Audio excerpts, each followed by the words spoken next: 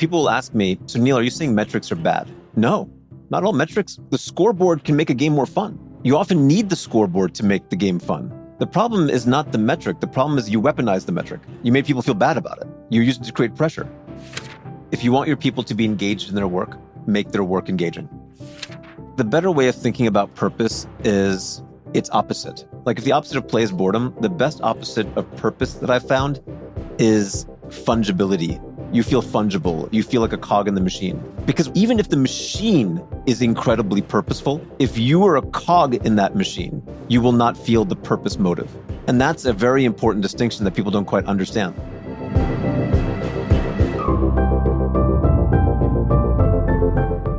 That's Neel Doshi. He's the co-founder of Vega Factor and co-author of the New York Times bestseller, Primed to Perform, How to Build the Highest Performing Cultures Through the Science of Total Motivation. Neel cuts straight to what's at the root of high-performing cultures. So you'll learn 1, the 6 motives at the root of culture, 2, how to use metrics the wrong and right way, and 3, the questions that kill motivation. And if you'd like to get a summary write-up of these actionable takeaways, please sign up for the free Gold Nugget email newsletter at awesomeatyourjob.com, where we have this and 1,012 other such summaries, the Gold Nuggets at awesomeatyourjob.com.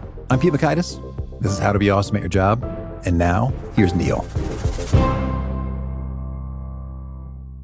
Neel, welcome. Pete, thank you for having me. Really appreciate it. Oh, me too. I'm excited to talk culture. Could you kick us off with something strikingly surprising and counterintuitive that you know and have learned about culture that most don't? Yeah, absolutely. The core of our research has landed on this realization that fundamentally culture is about motivation. And to unpack motivation, you have to understand what motivates people. To unpack that question, what you realize is actually fundamentally only 6 motives, reasons why people do things. Motives are the root of motivation. The first is play. You do something because you enjoy doing it. It's fun. The second is purpose. You do something because you believe your contribution matters. What you're doing matters. The next is potential. You think it's building up to something that's important. The next is emotional pressure. Think about when maybe you guilted someone into doing something. Well, that's an example of emotional pressure. You're acting on someone's identity to get them to take an action. Economic pressure. You're trying to chase reward or avoid punishment. Or inertia. You're just now going through motions. What we've realized, and we can prove this all day long, is that when a culture maximizes play, purpose, and potential, you get outlier performance. When it does the opposite, maximizes emotional pressure, economic pressure, and inertia, you get fairly lousy performance. Okay, well, check it out. There's so much there right off the bat. Thank you, Neel. There's a lot there. Yeah, boy, there's so much to get into because it feels right. Because naturally, whenever I get a set of categories, I want to try to find the counterexample. Like, oh, what about this? But it seems like that's holding together pretty well. Anytime that I do something that's kind of what's behind it, and I'm having a hard time thinking of anything I do that doesn't fit in there. So very nice. You know, it's funny, Pete, like you say that, it's hard to find the counterexample. But at the same time, you look at the average company and they don't work this way, which I think is a very interesting paradox. Because when you hear this research, you say, this really resonates. It kind of has to be true. It like follows my intuition. It follows my life experience. But then why do we look at our teams, our companies, ourselves, and not manage this? I'll give you 2 examples, which I think you'll find interesting, because I think your pursuit of the counterexample is fascinating. We spent many years helping to transform the performance model of one of the world's biggest hedge funds. And I remember in the opening conversations, I was talking to the founder of this hedge fund, who's wildly successful. He's made more money than 99.99999% of humanity. And the rumor had it that was when he was on vacation, he'd bring an IT team with him to set up his 9-screen Bloomberg terminal in the hotel room next to his. And he says, Neel, okay, I respect your work. I loved your book, but play really? Like, do you really think that's a driver of performance?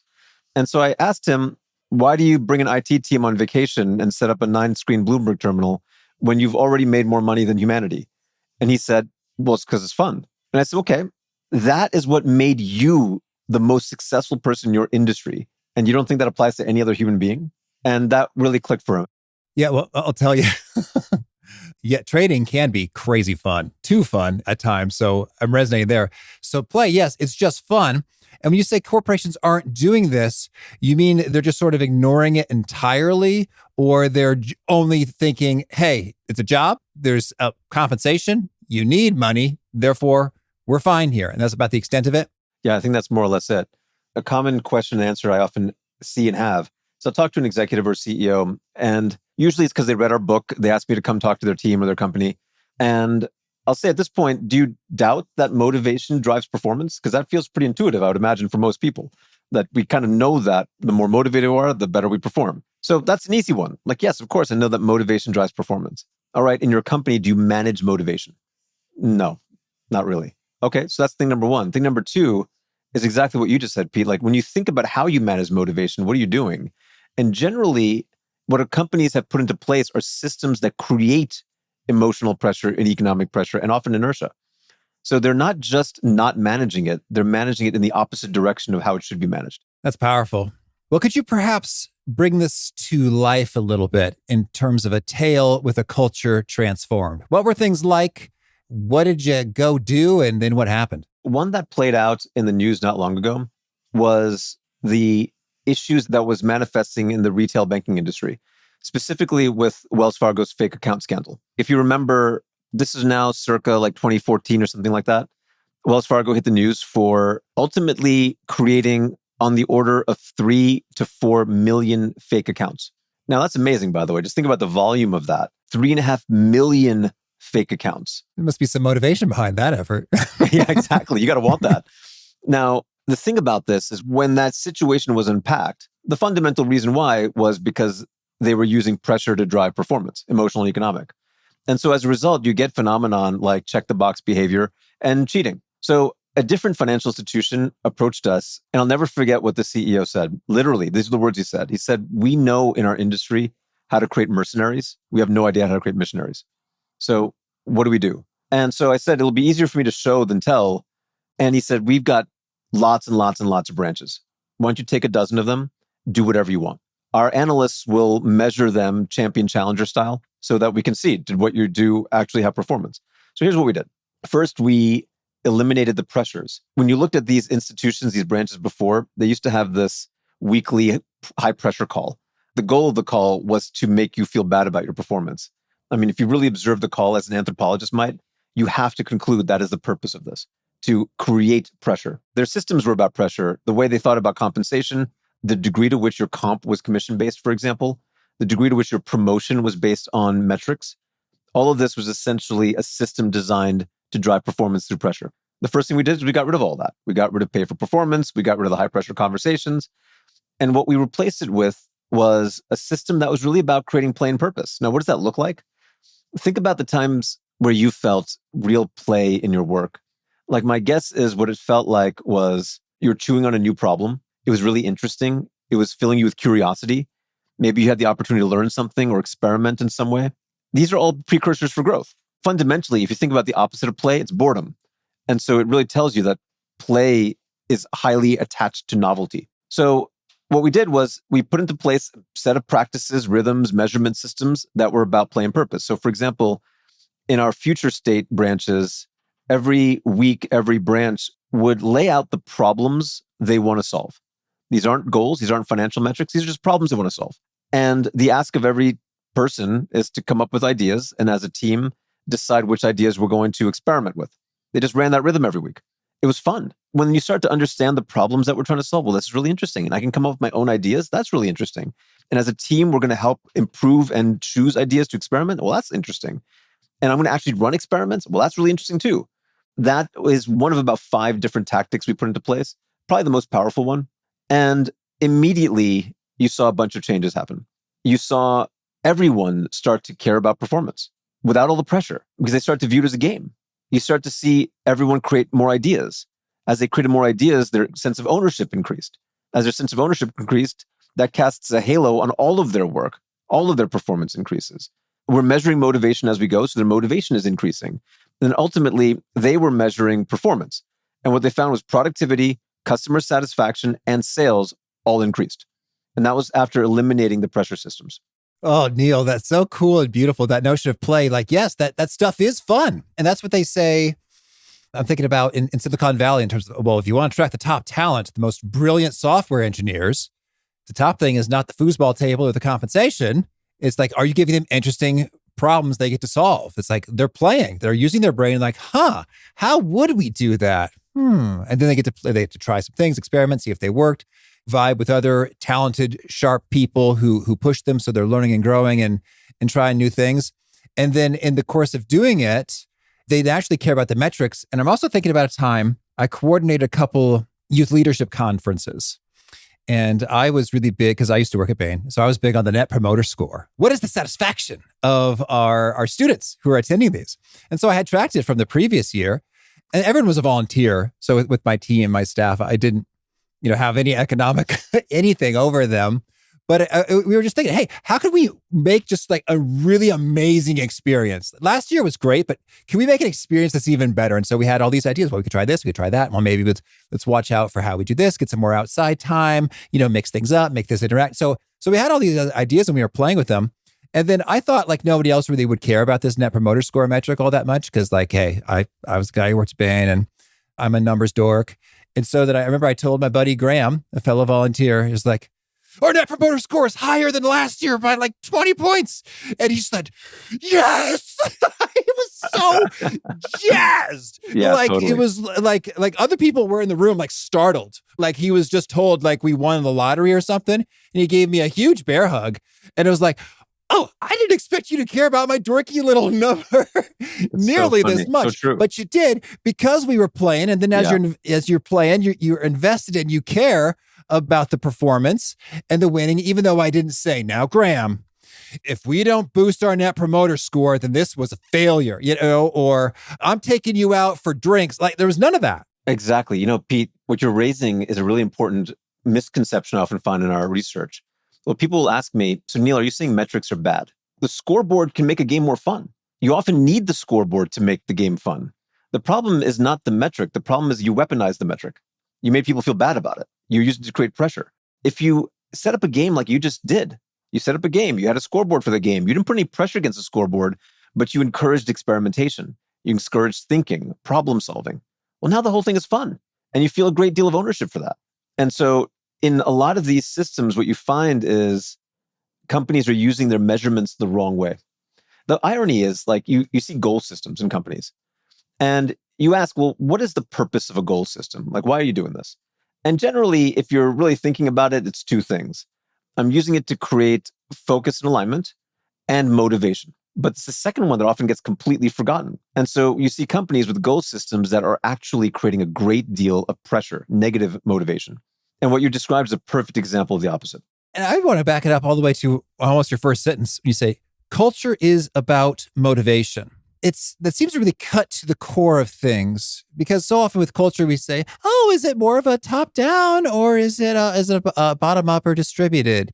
And so that we think of all these sort of domains by which we might categorize or put into types, different sorts of culture. Is it formal or is it informal? And then how does that show up with the dress code or the artifacts that are put? And so usually in these sort of almost generic, textbook conversations about culture, that's sort of what we go to. But I like how you're getting after culture is about motivation in terms of fundamentally, do all of these things make folks more into doing their finest work and making things happen? Or are they more so stifling? And I guess there's a little bit to be said for different personalities and individual preferences there. But it seems like you're really pointing out some universals that cut across whatever my personal proclivities are. Yeah, 100%. When I started this research, which was almost 3 decades ago now, if you ask somebody, what's the recipe for building a high-performing culture? You'd have been given the answer, just copy GE. And that didn't work for them, as you see playing out these days. And that copy this other company is essentially, we don't understand the root cause. So we're kind of guessing. We're guessing at patterns that may or may not fit. The root cause is fundamentally motivation. So all of these attributes of an organization's operating system, like centralized, decentralized, remote work, not remote work, like all these attributes are the symptoms at the edges. The key is we can make a lot of those attributes work. Like you can make an entirely remote-based company super highly motivating. You can make an in-person one super highly motivating. You can make one that leans more towards centralized, more towards decentralized. You can get these dynamics right. But what you have to understand is that the fundamental thing you have to solve for is everyone motivated the right way. And then you realize there's actually a lot of flexibility in how you build that machine. Okay, so we've heard a bit about play. Can you unpack purpose and potential for us? Yeah, purpose is probably, I'd argue, maybe one of the most misunderstood. So play, the misunderstanding is ping pong tables. Like, I want to build a high play culture, so I give ping pong tables. Now, that's not it. It has to come from the work. Purpose has a similar problem where a lot of people believe that purpose comes from our mission statement. Like, I have this big grandiose mission statement. We put it on the walls, we put it on the mouse pads, we put it on the screensavers, and that somehow imbues purpose. Not really. The better way of thinking about purpose is its opposite. Like, if the opposite of play is boredom, the best opposite of purpose that I've found is fungibility. You feel fungible. You feel like a cog in the machine. Because even if the machine is incredibly purposeful, if you are a cog in that machine, you will not feel the purpose motive. And that's a very important distinction that people don't quite understand. Like, I'll give you an example of this. I was working once in a performance transformation of a really cool, fast-growing tech company. And I was sitting down with the CTO, and I said to the CTO, I've noticed that you've set up a model with the engineers where they are quite fungible. And he says, I did that intentionally.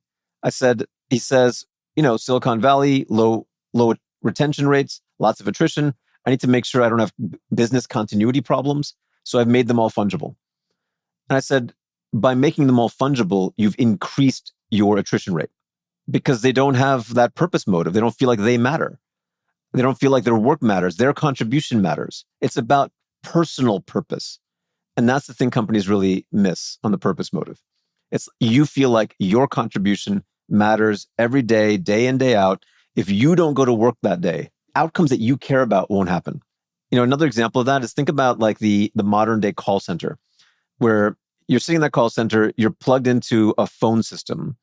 And once your one call ends, you hear a beep in your earphone, customer immediately starts talking. And let's say you have to take a break, you just kind of log out, no big deal. All the calls get routed to someone else. You are a definitional cog in the machine at that point. You don't really feel like your contribution matters. If you log out, no big deal. No big deal. There's no stakes to my work. In that world, you don't feel the purpose motive. Yeah, I'm hearing you. It's interesting because on the one hand, that really resonates. And on the other hand, there is kind of always a vast population of people who could do what we are doing.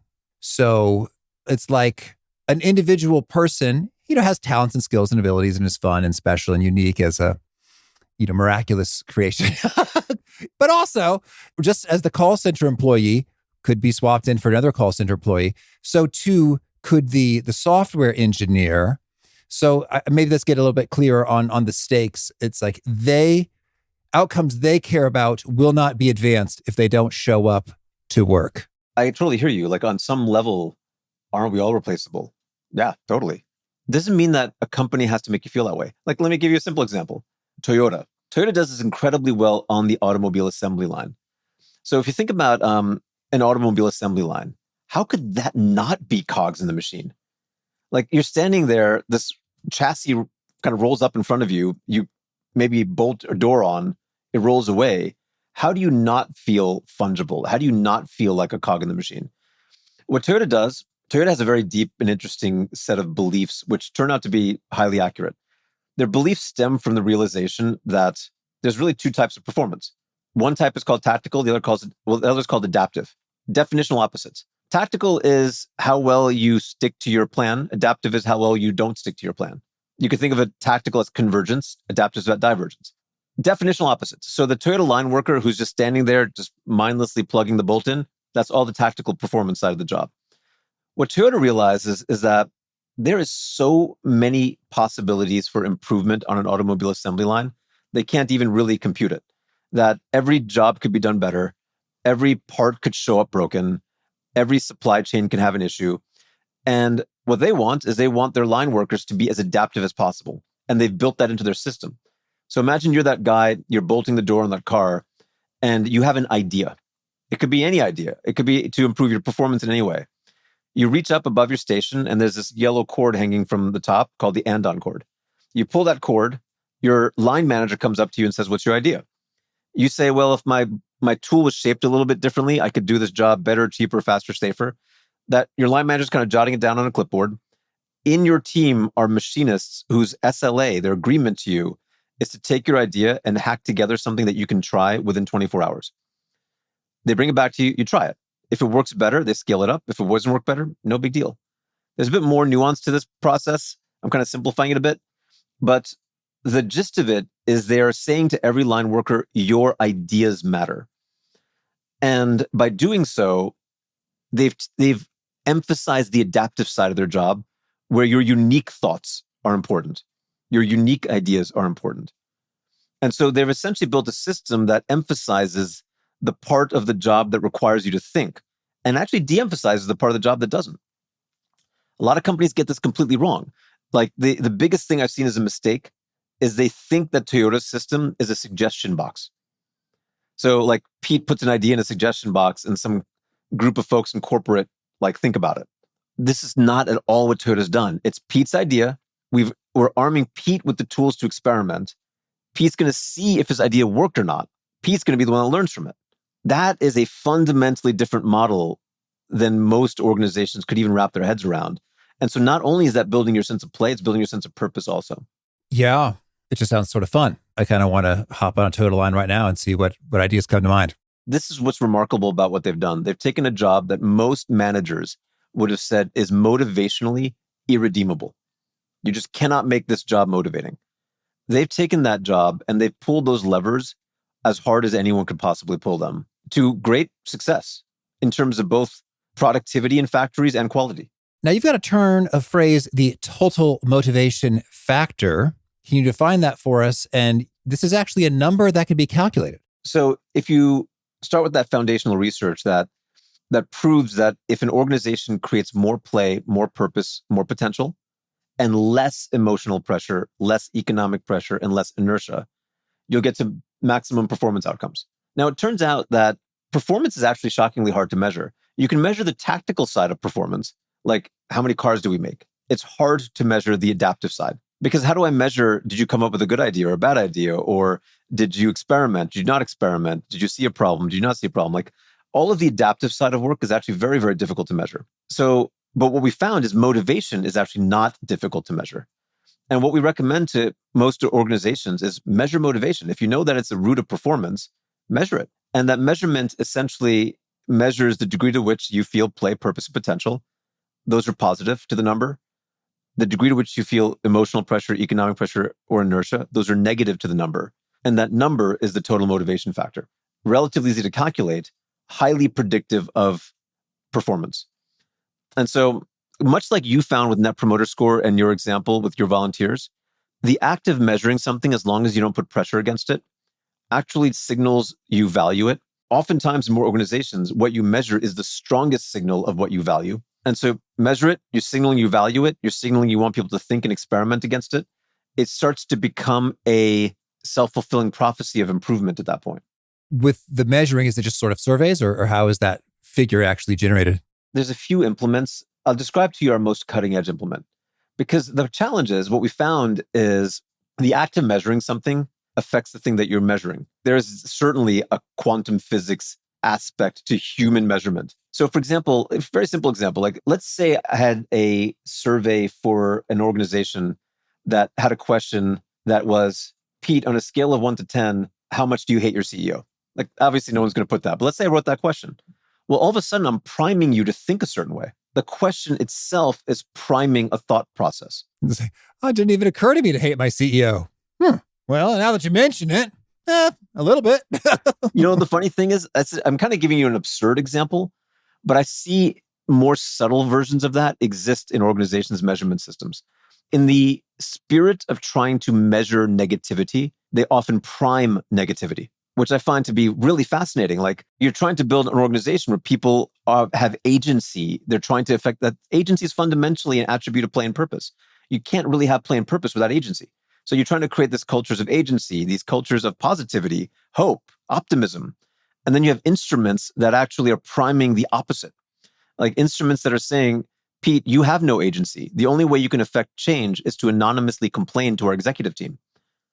And so what we find is that the instrument has a way stronger effect than people think on the mindset the questions themselves are creating, which is wild when you kind of think about that. Now, so our cutting edge instruments on this, they're not just about measuring motivation. The instrument itself is about creating it. The act of filling out the instrument creates motivation. So there's a few tricks that we have. Like there's probably like 100 tricks that we've kind of built into our cutting edge of measurement. But I'll give you one specific one. When we measure motivation using our best implements, we won't say, Pete, how do you feel about your work? What we say is, Pete, think about your next quarter, the quarter ahead of you. And as you think ahead, do you see that work as it's going to be fun and interesting, or do you see it as boring?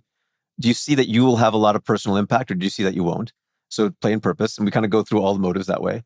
But by making this forward-looking, making this about the work you haven't done yet, the measurement doesn't become about complaining. It becomes a diagnostic to improve something that hasn't happened yet. It becomes about anticipation. Very simple example of how our instruments are designed to avoid the problem of fomenting complainers. But that's simply that. What we do is we say to an organization, every single team, every quarter should do a health check. That health check is not a survey you do on your own. It's a conversation you do as a team. And in that conversation, we suggest the first 10 minutes, everyone does fill out this questionnaire, this diagnostic. You're doing that first 10 minutes on your own. You immediately as a team get the results. And the results guide you through a conversation as a team to commit to something to change. Because a lot of times measurement, what's the point if it doesn't lead to action? And on these topics, a lot of teams are ill-equipped to take action. They just don't know. They don't know what degrees of freedom they have. They don't know what the tools are. And so what we do is we essentially say, every quarter, every team, do this health check. First 10 minutes, we'll do this positively priming diagnostic. The next hour and 20 minutes, we're going to commit to changes we're going to make in the next quarter based on it. And that instrument not just measures, it puts you on the path to improvement more or less automatically. Lovely. Okay. Well, Neel, tell me, are there any other key do's and don'ts when it comes to motivation and culture? And I'm thinking specifically, even for individual contributors who are thinking, oh, I don't know, this sounds like some really cool systems I wish were in place in my organization, but what can I do? Or maybe how might I be able to hack my own work to experience more play and purpose in it? Start with yourself. That's the easiest place to start. What we recommend to folks is first just start to understand the science of motivation. You could read Prime to Perform. We have a bunch of other articles, a lot of ways to kind of get your head around understanding the science of motivation. That alone is an important first step as an individual, because you want to start to ask yourself, am I feeling play in my work? Am I feeling purpose? That's kind of step number one. Step number two is there are levers that you can pull on your own. So for example, a lot of organizations, as we talked about earlier, their mechanism of alignment is usually just a number, like your goal. It would be the equivalent of, imagine if I'm coaching a basketball team and I say, okay, guys, here's your goal, get 100 points. I'll see you guys after the game. A lot of companies actually work that way, which makes very little sense when you think about it. Like, the goal was the easy part. The strategy is the hard part. The problems to solve are the hard part. Like, why am I essentially not coaching any of that? So the second step I'd say to an individual is take a step back from the systems of your company. Like, maybe the systems are creating pressure. Take a step back from them. Ask yourself, what problems could you solve in the next month or two that you think will be valuable to your customer, to your team? Really start to understand those problems and start to come up with ideas against them. Just get yourself into a mindset of falling in love with the problem you have to solve, even if your company hasn't made that easy. The third thing I would say is get your team to learn the science of motivation, because teams have a lot more degrees of freedom than they think. Like, individuals typically have the least amount of net degrees of freedom in an organization, but teams have way more than most teams exercise. Teams can do a lot to actually affect their rhythms, their habits, how they think about problem solving, how they think about novelty and creativity. Lots of that is owned locally. In fact, what a lot of companies don't realize is, if you think about motivation as a construct for a moment, play is inherently local. Like, if you're in a large organization, like imagine you're JP Morgan Chase, there's very little that Jamie Dimon can do to create play in a working team, because it's inherently a local phenomenon. Purpose is also inherently a local phenomenon. And so as a result, when you measure motivation out, a majority of that motivation that's controllable by the organization, about 2/3 of it, is actually controlled at the team level. Yet most organizations don't manage that. So the third thing I'd suggest, even if you're an individual kind of listening to this or reading our book, get your team to start to learn how to do this. Get your team to start to experiment in ways that they can improve themselves. And you'll be surprised by how much a team can actually do. Okay. And as we start to imagine, okay, we want more play and we're going to find interesting problems and we're going to just go after them. Are there some particular pointers that make that effective or not so effective? I would say a couple of things. One, any team can start to get into the rhythm of a health check. You don't need your company to do that for you. Like any team can start to go down the path of measuring, having this conversation, coming up with ways to improve. We have loads of tools for this. Like they're super easy to start to experiment with. Like if you're kind of in that path and you just want easy first steps, what I'd recommend is go to factor.ai and do a health check as a team. Simple as that. The second thing I would suggest, have a habit in your team where you take whatever goal has been given to you and you turn it into problem statements. It's very simple. But like, let's say you said, we want to increase net promoter score of our volunteer group. Okay, what are the 3 problems that we might want to solve in the next quarter that could get us there? Just do that. Just keep doing that every single week. Turn your goals into problems to solve. Make that muscle memory. Make that habit. You start to do that, mindset changes really quickly. You start to realize these aren't pressure systems. I actually have a lot of agency and control. That's the second thing I'd do. Like if I'm transforming any organization, those first 2 steps are usually our first 2 steps. All right. Well, Neel, tell me anything else you want to make sure to mention before we hear about some of your favorite things. The thing that I often find organizations asking is this easy? Because everyone's under pressure. Executives are under pressure. CEOs are under pressure. A lot of their pressure is usually on short-term time horizons. And so there's often a temptation to say, well, I could just use pressure for the next quarter to like get that bump that I need to get.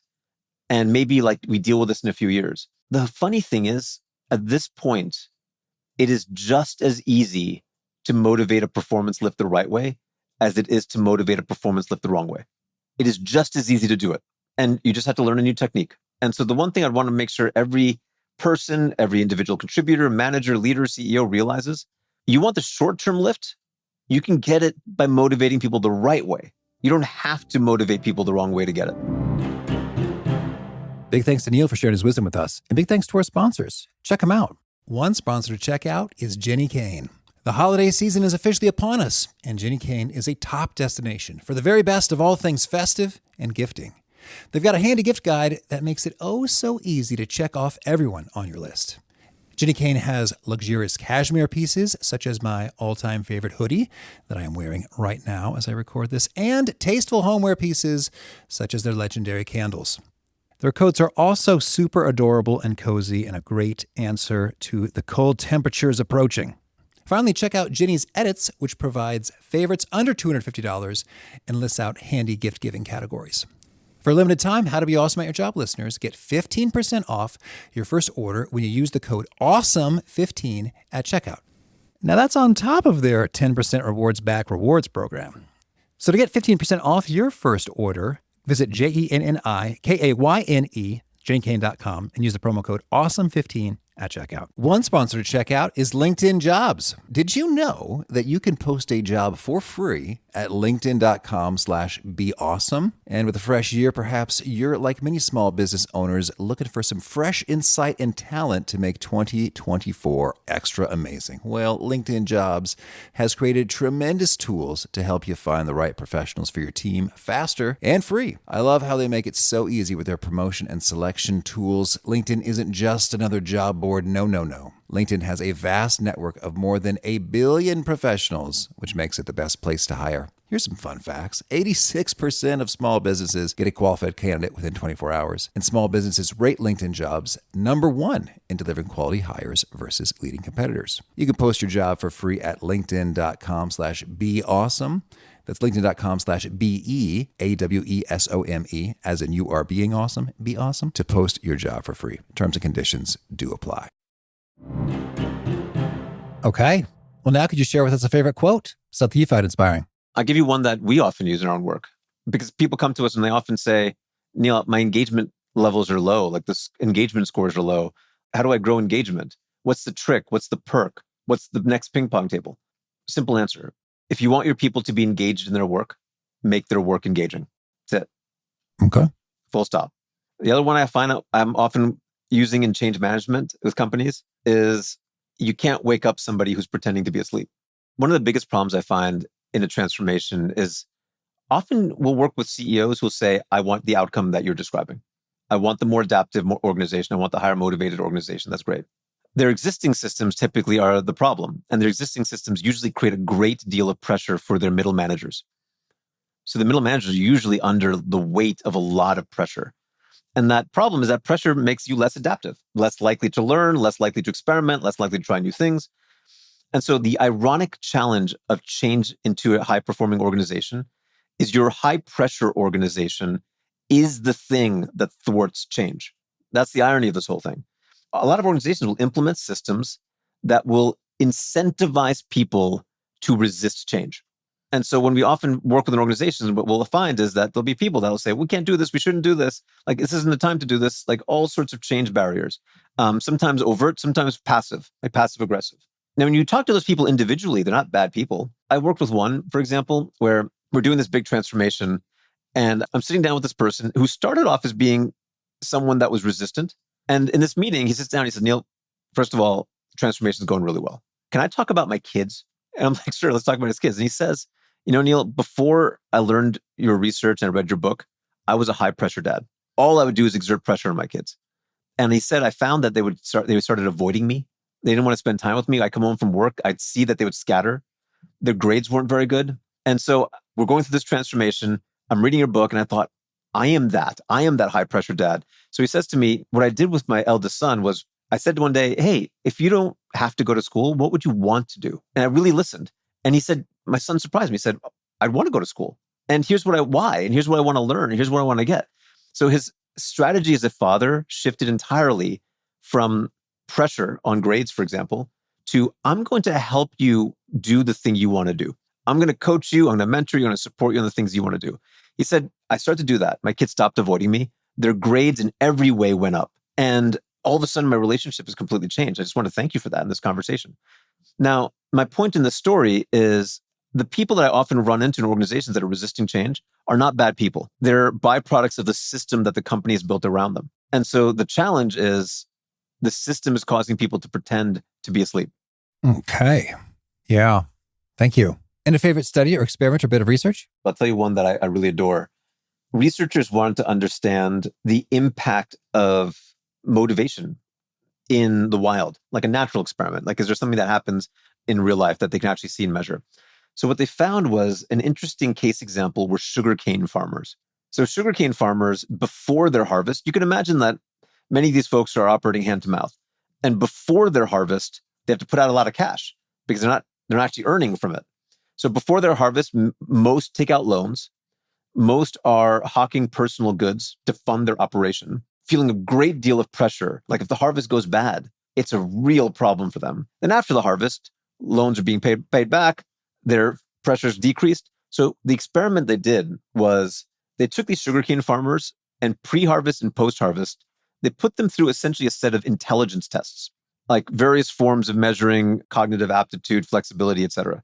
What they found was that the difference between intelligence for the same people, pre and post harvest, was about the difference between going from a 90th percentile on IQ to like a 30th percentile. Same person, just driven by pressure. What you're seeing there, by the way, is the vicious cycle of poverty. You're under a great deal of pressure, economic pressure. You're having struggles to make ends meet, for example.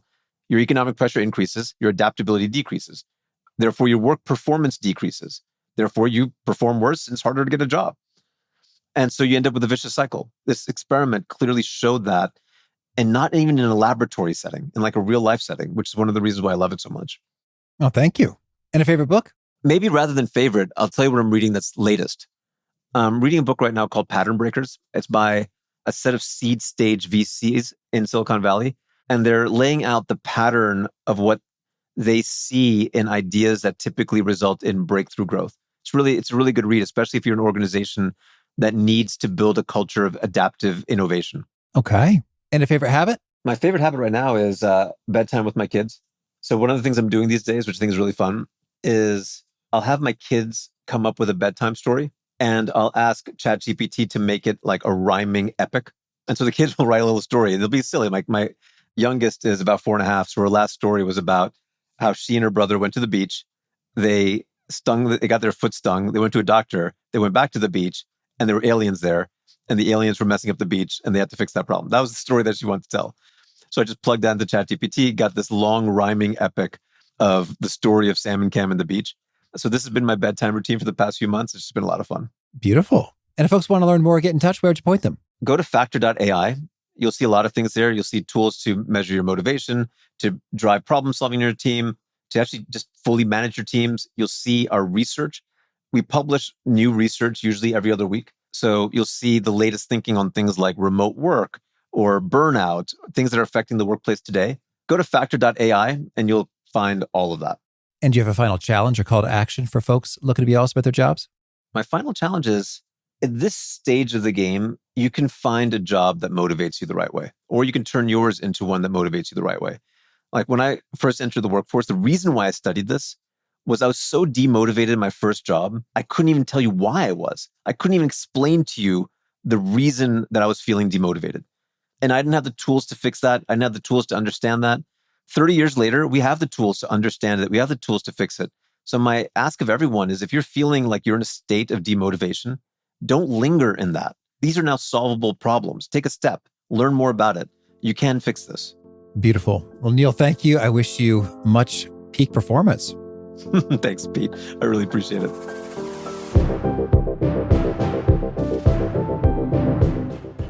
I love what Neel had to say about play, because it's funny, as we talked about solving problems, figuring stuff out, that seems like work in that it requires effort of our brains, and yet it counts as play because we think it's fun, it's interesting, it's engaging, and many of us choose to figure stuff out for the fun of it in many domains. I'm thinking about my chess.com membership. Figuring out, what's the next best move here? That's cognitive work, it's effort, and yet it's play. We're playing a game of chess. It's even the language that we use. So it's really interesting to think about, what are the factors that liberate play, that make it feel like it's play, as opposed to it's work, and then bring on the play. If you want to check out the show notes or the transcript or the links to items that we've referenced, please drop on by awesomeatyourjob.com/EP1013. Hope to catch you next time, and peace.